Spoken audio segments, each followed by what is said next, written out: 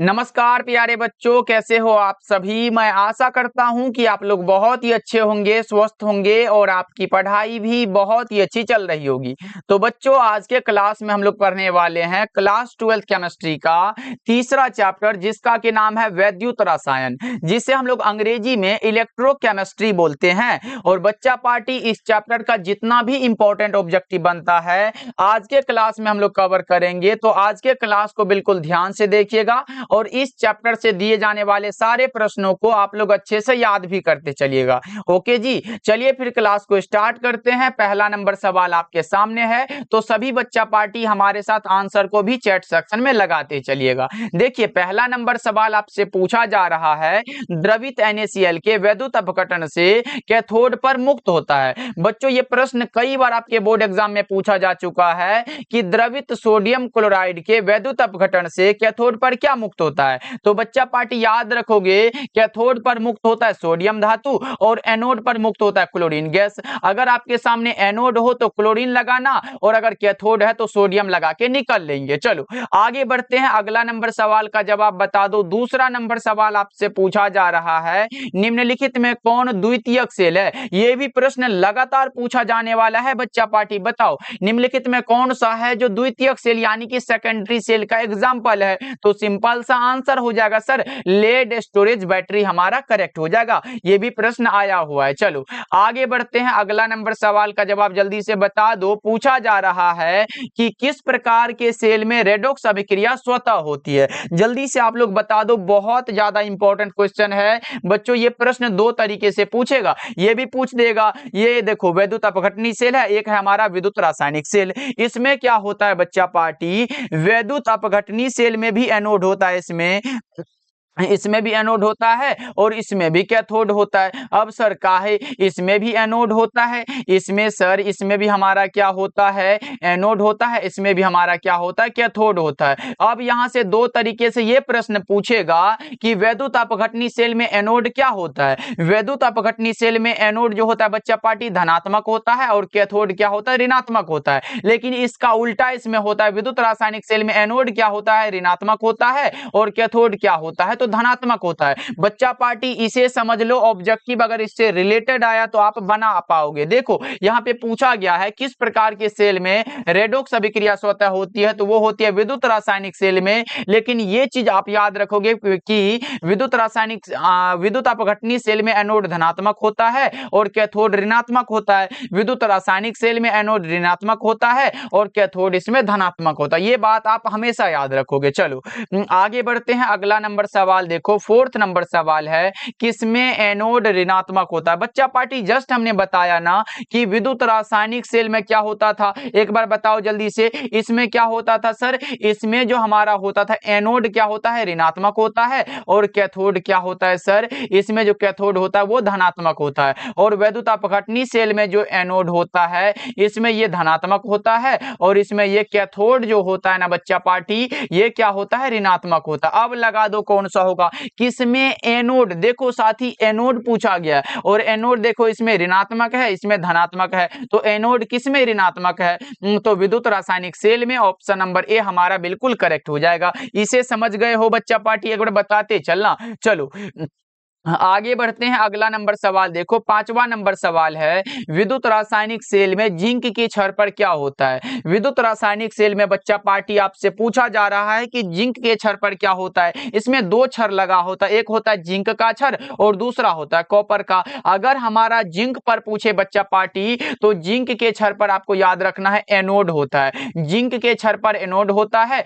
और कॉपर के छड़ पर क्या होता है, कौ से कॉपर और कौ से कैथोड। बस याद रख लो ना जी, एकदम बड़ा आसान सा सवाल है। अगर इस पे हमारा एनोड है तो ये क्या होगा सर, ऑक्सीकरण होगा और ये क्या होगा, अवकरण होगा। तो बताओ कौन सा हो जाएगा, ऑक्सीडेशन हो जाएगा। ऑप्शन नंबर ए होगा, आप याद रखोगे। ये हमारा ऑक्सीडेशन हो जाता है और ये अगर कैथोड की बात करें तो ये रिडक्शन हो जाता है, ये भी आप याद रखना। चलो आगे बढ़ते हैं, अगला नंबर सवाल देखो, 6 नंबर सवाल है, विद्युत अपघटन के नियम किसने दिए थे। विद्युत अपघटन के नियम बच्चा पार्टी इतना आसान सा सवाल है कि आप देख देखते ही लगा दोगे कि ये फैराडे साहब ने दिया था और 6 नंबर सवाल का जवाब आप ऑप्शन नंबर सी को टिक करके आओगे, आपका करेक्ट हो जाएगा। चलो आगे बढ़ते हैं बच्चा पार्टी। इस चैप्टर से आने वाला एक भी ऑब्जेक्टिव नहीं छूटेगा। बस आप क्या करोगे, इस क्लास को बिल्कुल ध्यान से देखोगे। ऐसा नहीं कि क्वेश्चन हमारे आगे है इधर उधर झांक रहे, नहीं, बिल्कुल नहीं। यहाँ पे सिर्फ क्वेश्चन पे ध्यान देते हो, 100% आपको ये सारा प्रश्न याद हो जाएगा।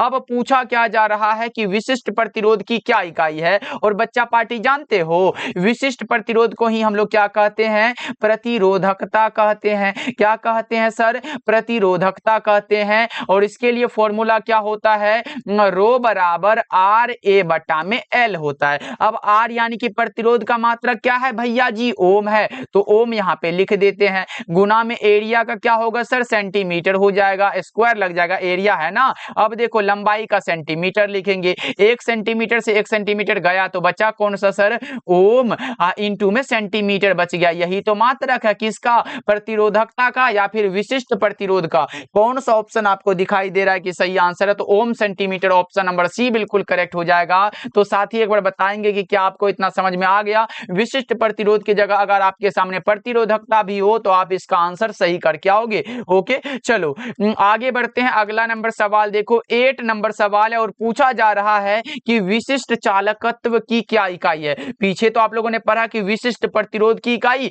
जो कि क्या हुआ था बच्चा पार्टी, ओम हुआ था। क्या हुआ था सर, ये ओम हुआ था और इनटू में सेंटीमीटर हुआ था। ये तो विशिष्ट प्रतिरोध का हो गया। तो सर विशिष्ट चालकत्व किसे कहते हैं बताओगे क्या। देखो बच्चा पार्टी, प्रतिरोधकता के व्युत्क्रम को हम लोग विशिष्ट चालकत्व कहते हैं। देखो ध्यान से सुनो, प्रतिरोधकता यानी कि हम लोग ये जानते हैं कि विशिष्ट प्रतिरोध के व्युत्क्रम को विशिष्ट चालकत्व कहते हैं। समझ में आया। अब देखो विशिष्ट प्रतिरोध का मात्रक तो ये निकला, तो इसका व्युत्क्रम यानी कि उल्टा, तो 1/ओम लिख दो बच्चा पार्टी और गुना में 1/सेंटीमीटर लिख दो। तो ये क्या होगा, ओम इनवर्स हो जाएगा और इस पे क्या लगेगा, सेंटीमीटर इनवर्स लग जाएगा। सर ये हम नहीं समझते हैं कि इसका उल्टा कर दिए, आप इसका सीधा सीधा सूत्र निकाल के बताओ। तो साथ ही आपको ये पता होगा, क्या पता होगा कि विशिष्ट चालकत्व को हम लोग कप्पा के द्वारा दर्शाते हैं और इसके लिए फॉर्मूला होता है 1/r इंटू में एल बटा में ए होता है। ये वाला फॉर्मूला किसके लिए होता है, विशिष्ट चालकत्व के लिए। और इससे भी निकालते हो तो वही निकलेगा, जैसे 1 है 1 ऊपर में लिखो। ये देखो क्या है सर, ओम, ये आर का मात्रक ओम हो जाता तो ओम लिख देते हैं, इंटू है तो इंटू लगा दो, लंबाई का सेंटीमीटर हो जाएगा और गुना में ये हमारा बटा में एरिया का सेंटीमीटर स्क्वायर हो जाएगा। 1 सेंटीमीटर से 1 सेंटीमीटर गया तो बच्चा पार्टी देखो ना, ओम इनवर्स है तो यहाँ पे लिखो ना ओम इनवर्स हो जाएगा और ये सेंटीमीटर ऊपर जाएगा तो सेंटीमीटर इनवर्स लग जाएगा। तो क्या लगता है कि दोनों सेम है। वही बात है बच्चों, विशिष्ट प्रतिरोध के व्युत्क्रम को विशिष्ट चालकत्व कहते हैं, जो कि कौन सा हो जाएगा, ohm inverse centimetre inverse. Option number B में दिया गया है, आपका right answer option number B हो जाएगा। ओके चलो आगे बढ़ते हैं। और बच्चा पार्टी एक चीज मैं आपको बता दूं, जितने भी बच्चे हमारे द्वारा तैयार फिजिक्स केमिस्ट्री और बायोलॉजी के इंपॉर्टेंट क्वेश्चन वाला नोट्स नहीं लिए हो तो सारे बच्चे लेके जरूर पढ़ लेना, क्योंकि उस नोट्स के अंदर हम गारंटी लेते हैं कि एक सब्जेक्ट में आप 90+ नंबर ला सकते हो अगर आप उस नोट्स को अच्छे से पढ़ते हो। सर उसमें मिलेगा क्या क्या,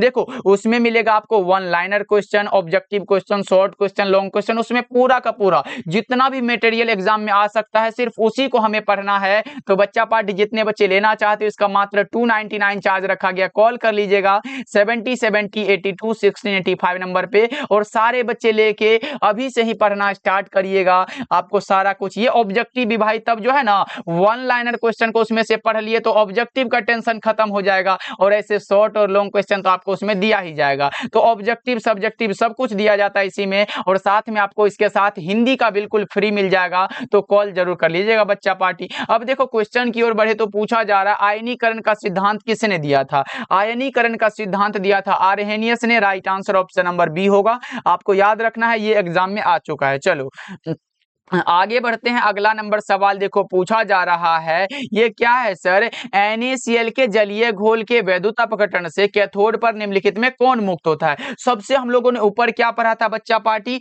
ऊपर हम लोगों ने यही पढ़ा था कि द्रवित NaCl के, उसमें द्रवित NaCl है, उसमें वैद्युत अपघटन हो रहा था। तो बच्चों आपको पता होगा कि कैथोड पर क्या मुक्त हुआ था? कैथोड पर हुआ था सोडियम धातु, और एनोड पर क्या हुआ था सर? एनोड पर उसमें क्या हुआ था? क्लोरीन गैस मुक्त हुआ था। ये हम लोगों ने उसमें पढ़ा है, किसमें? द्रवित NaCl वाला में। लेकिन यहाँ पे NaCl का जलीय घोल है, जलीय विलयन है, इसमें जो एनोड पर मुक्त होगा बच्चा पार्टी, पहले इसमें कैथोड पर जो मुक्त होगा वो हाइड्रोजन गैस होगा, और उसके बाद एनोड पर जो होगा ना साथी, वो हो जाएगा हमारा कौन सा सर? Chlorine gas. यानी कि एनोड पर दोनों में सेम है क्लोरीन गैस, लेकिन कैथोड पर इसमें क्या है? जलीय घोल में हाइड्रोजन है, और उसके बाद कैथोड पर इसमें जो है द्रवित NaCl वाला में क्या है सर? इसमें सोडियम है। तो हमारा पूछा जा रहा है NaCl के जलीय घोल के वैद्युत अपघटन से कैथोड पर क्या मुक्त होगा? कैथोड पर हाइड्रोजन गैस। आप ऑप्शन नंबर डी को लगाना बच्चा पार्टी, गलत नहीं करोगे, क्योंकि बहुत ज्यादा इंपॉर्टेंट है, समझ के पढ़ते हो तो फिर दिमाग में फिट हो जाएगा,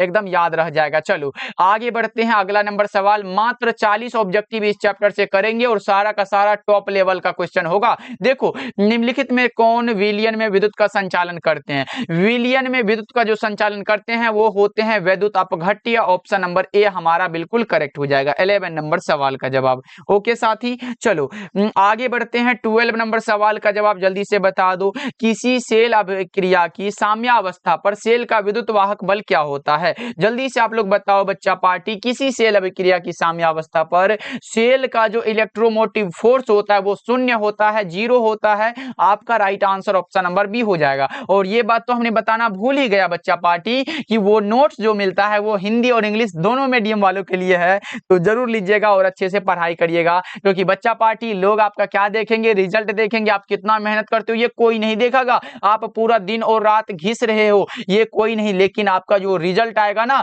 देखेगा कि ये फलाने का बेटा 450 प्लस नंबर लाया, तो वो पल बहुत इंपॉर्टेंट होता है। आप लोग जरूर पढ़िएगा। ओके चलो आगे बढ़ते हैं। 13 नंबर सवाल देखो, गैल्वेनिक सेल में एनोड क्या होता है? गैल्वेनिक सेल है बच्चा पार्टी, बताओ गैल्वेनिक सेल में जो एनोड होता है सर, पहले तो आप हमें ये बताओ गैल्वेनिक सेल कहते किसको हैं? तो आपको बस इतना याद रखना है कि ऐसा विद्युत रासायनिक सेल जिसमें रासायनिक ऊर्जा को विद्युत ऊर्जा में बदला जाता है, उसे हम लोग क्या कहते हैं? गैल्वेनिक सेल कहते हैं। उदाहरण के लिए ले लेना, गैल्वेनिक सेल में कौन सा? डेनियल सेल कह सकते हो। कौन सा बच्चा पार्टी? डेनियल सेल भी कह सकते हो। ये गैल्वेनिक सेल का एक एग्जांपल है। और इसमें जो एनोड होता है ये ऋणात्मक इलेक्ट्रोड है, करेक्ट आंसर ऑप्शन ए होगा। और इसमें कैथोड धनात्मक हो जाता है। चलो आगे बढ़ते हैं, अगला नंबर सवाल देखो, विद्युत धारा जब किसी चालक से इलेक्ट्रॉनों के द्वारा प्रवाहित होती है उस चालक को हम लोग धात्विक चालक कहते हैं। ऑप्शन ए हमारा करेक्ट हो जाएगा। चलो अगला नंबर सवाल का जवाब जल्दी से बता दो। फैराडे का प्रथम नियम कौन सा है? जल्दी से बताओ फैराडे साहब का। तो दो नियम है सर, एक है हमारा प्रथम और दूसरा कौन सा? दूसरा। बस हो गया क्या सर? ये प्रथम दूसरा कर दिए तो यही नियम है क्या? नहीं बच्चा पार्टी, एक हमारा होता है एम समानुपाती सीटी, जिसे हम लिखते हैं एम बराबर जेड सीटी लिखते हैं। क्या लिखते हैं साथी? आप याद रखोगे जेड सीटी। सर ये जेड क्या होता है? जेड एक स्थिरांक है, जेड एक स्थिरांक है जिसे हम लोग विद्युत रासायनिक तुल्यांक कहते हैं। अब दूसरा नियम क्या है सर? दूसरा नियम जो होता है ना साथी, आपको पता है तो एक बार लगा दो ना चैट सेक्शन में, जेड समानुपाती ई होता है। इसमें अगर बराबर में हम लोग लिखे तो वो क्या होता है? एक्स बटा में वाई हो जाता है, होता है ना सर। इसमें फिर बराबर में Z1 बाय Z2, उसके बाद यहाँ पे याद रखना, उसके बाद फिर बराबर में E1 बाय क्या होगा? E2 हो जाएगा। ये हमारा दूसरा नियम है और ये पहला नियम है। तो पूछा गया है पहला नियम कौन सा? M बराबर ZCT, या फिर इसे हम लोग M बराबर ECT लिख सकते हैं। Option number B. देखो सिर्फ इसका ये बदल दिया, लेकिन M बराबर ECT रहे या फिर ZCT, आप लोग यही लगा के, रूल सेम होना चाहिए भाई, रूल वाला सेम होना चाहिए। चलो आगे बढ़ते हैं, अगला नंबर सवाल देखो, 16 नंबर सवाल है, विद्युत रासायनिक तुल्यांक का मात्रक क्या होता है? ग्राम प्रति कूलम होता है। विद्युत रासायनिक तुल्यांक जिसे हम लोगों ने जो लिखा था, क्या लिखा था सर? आपको पता है क्या? जी बिल्कुल पता है। M बराबर जो आप लिखे थे ZCT, इसमें Z जो है ये विद्युत रासायनिक तुल्यांक है और इसका मात्रक ग्राम पर कूलम होता है। चलो आगे बढ़ते हैं, अगला नंबर सवाल देखो, एक फैराडे बराबर क्या होता है? जस्ट हमने बताया कि एक फैराडे बराबर सर 96,494 कूलम होता है। इसे हम लोग लगभग में क्या लिखते हैं? 96,500 कूलम। और इसके बराबर जो होता होता है वो होता है 1 मोल इलेक्ट्रॉन होता है, ये भी आप याद रखोगे 1 मोल इलेक्ट्रॉन होता है। बस आप लगा दो कौन सा 96,500 कूलम, ऑप्शन बी हो जाएगा। चलो आगे बढ़ते हैं बच्चा पार्टी, ये लगभग में 96,500 कूलम है, ये भी आप याद रखोगे। प्रॉपर जो मान होता है वो 96,494 होता है। देखो यहाँ प्रश्न है कि फैराडे की क्या इकाई है, कूलम प्रति मोल होता है क्या, जल्दी से बताओ। कूलम पर मोल होता है। 18 नंबर सवाल का जवाब ऑप्शन नंबर सी हो जाएगा। ओके चलो आगे बढ़ते हैं। अगला नंबर सवाल देखो, ये रहा प्रश्न आपके सामने। 19 नंबर सवाल, किसी चालकत्व सेल का सेल स्थिरांक क्या होता है। पहले बच्चा पार्टी जानते हो 2 नंबर में आपसे पूछेगा कि सेल स्थिरांक से आप क्या समझते हो। बच्चा पार्टी जल्दी से लगा दो। सेल स्थिरांक सर क्या होता है, ये होता है 2 इलेक्ट्रोडों के बीच की दूरी एवं उसके अनुप्रस्थ काट के क्षेत्रफल को सेल स्थिरांक कहते हैं। इसे हम लोग एक्स के द्वारा दर्शाते हैं। साथ ही आपको पता है ना एक्स बराबर क्या होता है, एल बटा में ए होता है। एल बटा में अगर ए हो रहा है तो लंबाई का हमारा सेंटीमीटर ले लेंगे और एरिया का सेंटीमीटर स्क्वायर ले लेंगे, यानी कि 1 से सेंटीमीटर से ये कट गया तो बचा कौन सा 1 सेंटीमीटर, और इसका मात्रक भी हम निकाल दिए सेंटीमीटर इनवर्स हो जाएगा अगर ये ऊपर जाएगा। तो बच्चा पार्टी अगर आपसे ये पूछे तो एल बटा में ए लगाना जो कि ऑप्शन ए में है, और अगर आपसे इसका मात्रक पूछे तो आप इतना को याद रखना, बहुत इंपॉर्टेंट है। चलो और इसका अगर डिफिनेशन 2 नंबर में पूछे तो 2 इलेक्ट्रोडों के बीच की दूरी एवं उसके अनुप्रस्थ काट के क्षेत्रफल के अनुपात को सेल स्थिरांक कहते हैं। चलो आगे बढ़ते हैं। 20 नंबर सवाल है, विलियन की चालकता समानुपाती होती है आयनों की संख्या के।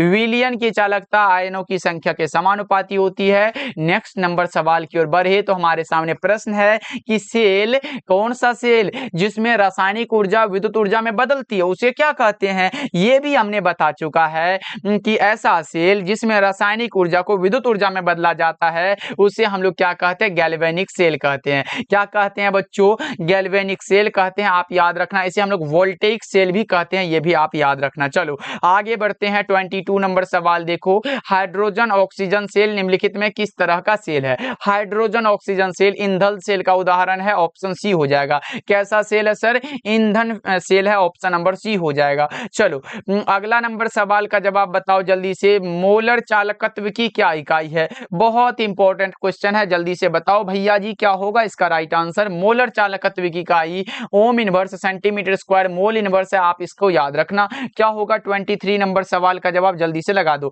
अच्छा अगर ये मोलर चालकता हो गया हो तो आप ये भी हमें बता सकते हो कि तुल्यांकी चालकत्व के लिए पूछे तो क्या लगाओगे। अगर बच्चों तुल्यांकी चालकत्व के लिए पूछे तो वो होता है ओम इनवर्स सेंटीमीटर स्क्वायर, और कौन सा होता है सर, इक्विवेलेंट इनवर्स होता है, या फिर ऐसे करके इनवर्स लगा सकते हो। बताओ कौन सा हो जाएगा, यानी कि मोलर चालकत्व वाला ये हो जाएगा और ये हमारा तुल्यांकी चालकत्व के लिए ये हो जाता है। चलो आगे बढ़ते हैं। अगला नंबर सवाल 24 नंबर सवाल है, विलियन को तनु करने पर उसका सांद्रण क्या होता है। विलियन को तनु करने पर उसका सांद्रण बच्चा पार्टी बताओ जल्दी से क्या होगा, घटता है, ऑप्शन बी हो जाएगा। सर तनु करना मतलब क्या होता है, तनु करना यानी कि आयतन को बढ़ाना, बस इतना याद रख लो। अगर पूछे आप लोगों से सांद्रण तो सांद्रण घटता है। तुल्यांकी चालकत्व पूछे इसमें विलियन को तनु करने पर तुल्यांकी चालकत्व क्या होता है, बढ़ जाता है। और अगर पूछे विलियन को तनु करने पर ये विशिष्ट चालकत्व क्या होता है तो ये भी घट जाता है, आप याद रखना। चलो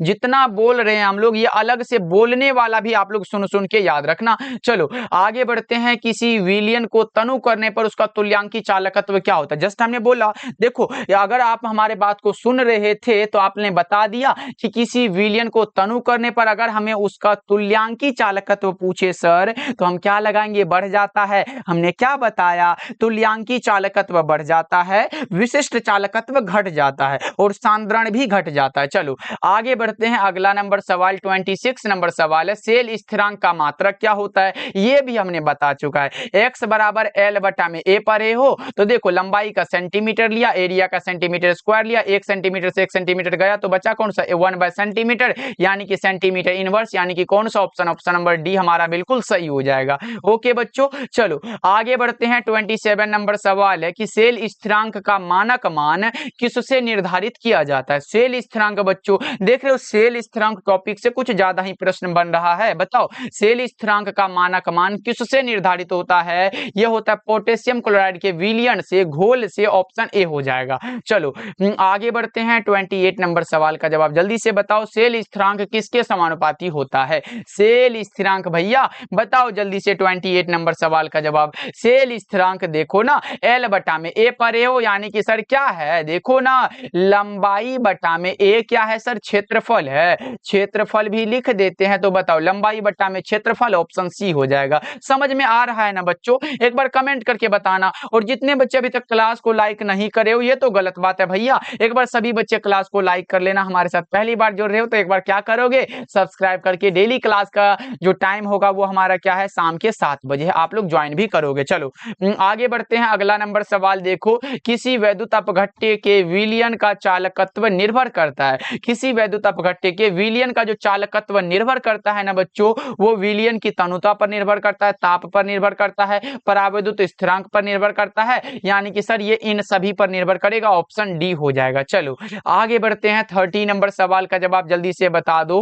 कोलरॉस के नियमानुसार अनंत तनुता पर तुल्यांकी चालकत्व किसके बराबर होती है? जल्दी से आप लोग बता दो। कोलरॉस का नियम पढ़े हो आप लोग बच्चा पार्टी? एक बार चैट सेक्शन में बता दो। आप लोगों ने पढ़ा होगा कैपिटल लेमडा ऐसे होता है क्या? कैपिटल लेमडा नोट जो ऐसे लगा होता है बराबर में क्या होता है? ये होता है लेमडा प्लस, और प्लस में क्या होता है? लेमडा माइनस होता है। अब इसी से आपका जो है ये हमारा बन जाएगा। देखो क्या होगा कि कोलरॉस के नियमानुसार अनंत तनुता पर तुल्यांकी चालकत्व किसके बराबर होता है? तो धनायन और ऋणायन के चालकत्व के योग के बराबर है। योग ये हमारा है ना, यानी कि हमारा correct answer option number C हो जाएगा। चलो आगे बढ़ते हैं। 31 नंबर सवाल देखो। मात्र 40 ऑब्जेक्टिव होगा इस चैप्टर का। देखो किसी इलेक्ट्रोड के इलेक्ट्रॉन त्यागने या प्राप्त करने की प्रवृत्ति क्या कहलाती है? जल्दी से आप लोग बताओ। ये भी नहीं बताओगे क्या? अगर इलेक्ट्रॉन का त्याग कर रहा है तो ऑक्सीकरण विभव होगा, इलेक्ट्रॉन प्राप्त कर रहा है तो अवकरण विभव होगा, लेकिन दोनों को मिला के इसे हम लोग इलेक्ट्रोड विभव कहते हैं। ऑप्शन नंबर सी होगा। ये दोनों कैसे होगा? क्योंकि यहाँ पे दोनों प्राप्त भी कर रहा है और त्याग भी कर रहा है, और त्यागने और प्राप्त करने की प्रवृत्ति जो है इलेक्ट्रोड विभव कहलाती है। अगर सिर्फ त्याग करता तो उसे हम लोग ऑक्सीकरण कह देते, ये वाला कह देते, लेकिन अगर प्राप्त करता तो सिर्फ ये कह देते, लेकिन दोनों कर रहा है तो इसे हम लोग इलेक्ट्रोड विभव कहते हैं। याद रखना आप सब। चलो आगे बढ़ते हैं। 32 नंबर सवाल देखो। 96,500 कूलम बराबर होता क्या होता है? हमने क्या बताया बच्चा पार्टी? नहीं सुने थे क्या? 1 फैराडे बराबर 96,500 कूलम। अब बराबर में क्या होगा? 1 मोल इलेक्ट्रॉन। क्या होता है सर? 1 मोल इलेक्ट्रॉन होता है। तो बताओ कौन सा हो जाएगा? 1 मोल इलेक्ट्रॉन। ऑप्शन नंबर ए हो जाएगा। देख रहे हो साथी, पिछले क्वेश्चन को बनाए ना तो अगला वाला अपने आप बनते जा रहा है। चलो ये रहा। लेक्लांचे सेल क्या है? ये है प्राथमिक सेल का एक उदाहरण। ऑप्शन नंबर ए हो जाएगा 33 नंबर सवाल का जवाब। ओके चलो आगे बढ़ते हैं। नेक्स्ट नंबर सवाल का जवाब जल्दी से बताओ तो। शुष्क सेल का विद्युत वाहक बल कितना होता है? 1.5 वोल्ट होता है। और अगर इसी जगह हमारे सामने हो मरकरी सेल, क्या हो? मरकरी सेल का विद्युत वाहक बल पूछे तो वो होता है 1.35 वोल्ट। आप लोग ये भी आप याद रखना साथी। चलो आगे बढ़ते हैं। अगला नंबर सवाल देखो। 35 नंबर सवाल है। बहुत जल्द हमारा सारा चैप्टर खत्म हो जाएगा। बस बच्चा पार्टी आप हम पे भरोसा बनाए रखो, अच्छे से पढ़ाई करो। देखो मरकरी सेल का विद्युत वाहक बल कितना होता है? 1.35 वोल्ट। ऑप्शन सी हो जाएगा। ये तो हमने अभी जस्ट पढ़ा। चलो आगे बढ़ते हैं। 36 नंबर सवाल देखो। प्रतिरोधकता के व्युत्क्रम को क्या कहते हैं? हमने क्या बताया था? विशिष्ट प्रतिरोध को ही हम लोग प्रतिरोधकता कहते हैं, और विशिष्ट प्रतिरोध या फिर प्रतिरोधकता के व्युत्क्रम को विशिष्ट चालकत्व कहते हैं। अच्छा बच्चों, इसका मात्रक क्या बताए थे? रिवीजन कर ले क्या? देखो जरूर सर, अगर हमसे प्रतिरोधकता का मात्रक पूछे तो क्या लगाएंगे? रो बराबर आर ए बटा में एल लगाए थे। ये लगाए थे। आर का मात्रक यानी कि ये प्रतिरोध का मात्रक क्या होता है? ओम होता है। एरिया का क्या होता है सर? गुना में सेंटीमीटर लिख लेंगे। फिर लंबाई के यहाँ सेंटीमीटर स्क्वायर होगा, लंबाई का सेंटीमीटर, सेंटीमीटर से सेंटीमीटर गया तो बच्चा पार्टी ओम। यहाँ पे 1 मिनट लिख लो, यहाँ पे लिख लो कि सर ओम, और गुना में सेंटीमीटर है तो यहाँ पे लिख लो ना, एक इसको उड़ा दो और यहाँ पे सेंटीमीटर बचा। यानी कि ये तो सर प्रतिरोधकता का मात्रक हो गया। प्रतिरोधकता के व्युत्क्रम को ना विशिष्ट चालकत्व कहते हैं। तो यानी कि याद रख लो, विशिष्ट चालक चालकत्व का अगर मात्रक पूछे तो इस पे इनवर्स लगा देना। क्या लगाना है सर?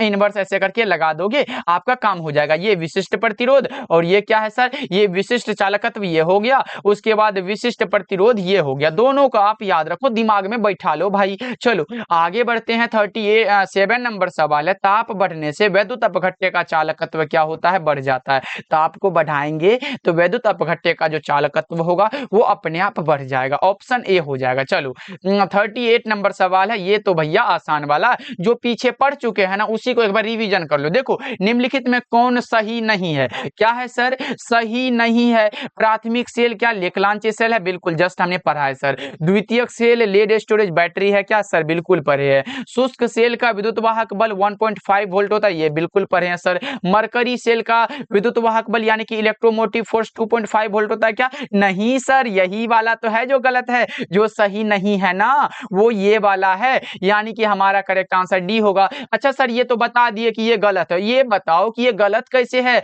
बच्चों मरकरी सेल का विद्युत वाहक बल जो होता है वो 1.35 वोल्ट होता है। तो यहाँ पे देखो क्या लिखा है, 2.5 वोल्ट कभी काम चलेगा? नहीं सर, ये ऑप्शन नंबर जो है डी ना, ये गलत लिखा गया पहले से, यानी कि हम डी वाला को टिक करेंगे। क्या होगा? ये गलत हो जाएगा। चलो आगे बढ़ते हैं। 39 नंबर सवाल देखो, 96,500 कूलम विद्युत CuSO4 के विलयन से क्या मुक्त करता है? ये करता है 31.76 ग्राम कॉपर को। ऑप्शन नंबर बी होगा। कभी कभी कॉपर का हिंदी ऐसे करके लिख देगा और तांबा लिख देता, बच्चा कंफ्यूजन में पड़ जाए, सर तांबा कहाँ मिला था? यही कॉपर का हिंदी तांबा होता है भाई। चलो आगे बढ़ते हैं। 40 नंबर सवाल और आज के क्लास का हमारा लास्ट सवाल है, सेल में रेडॉक्स अभिक्रिया होने के लिए सेल का विद्युत वाहक बल कितना होना चाहिए? ये तो इंपॉर्टेंट है सर, जल्दी से बताओ कितना होना चाहिए? सर धनात्मक होना चाहिए। कैसा? धनात्मक। ऑप्शन नंबर ए हमारा बिल्कुल करेक्ट हो जाएगा। ओके, आप 40 नंबर सवाल का जवाब अगर आप ए लगाए हो तो बिल्कुल करेक्ट हो जाएगा। ओके बच्चा पार्टी, चलो ये भी चैप्टर का हमारा पूरा ऑब्जेक्टिव कवर हुआ इस क्लास में। अब हमारा चौथा चैप्टर जिसका की नाम है रासायनिक बल गतिकी या केमिकल काइनेटिक्स, तो वो वाला जल्द ही अपलोड हो जाएगा। तो आप लोग अपना प्यार बनाए रखिएगा, सारे साथी सब्सक्राइब कर लीजिएगा और क्लास को सभी बच्चे लाइक कर लीजिएगा। और नोट्स के लिए वो 299 वाला नोट्स बच्चा पार्टी, एक साल आपको ये क्लास का भी नोट्स आपको दिया जाएगा और ये जो इंपॉर्टेंट क्वेश्चन का नोट्स है ये आपको जस्ट मिल जाएगा, चाहे आप हिंदी मीडियम से हो या फिर इंग्लिश मीडियम से हो, तो जरूर लीजिएगा।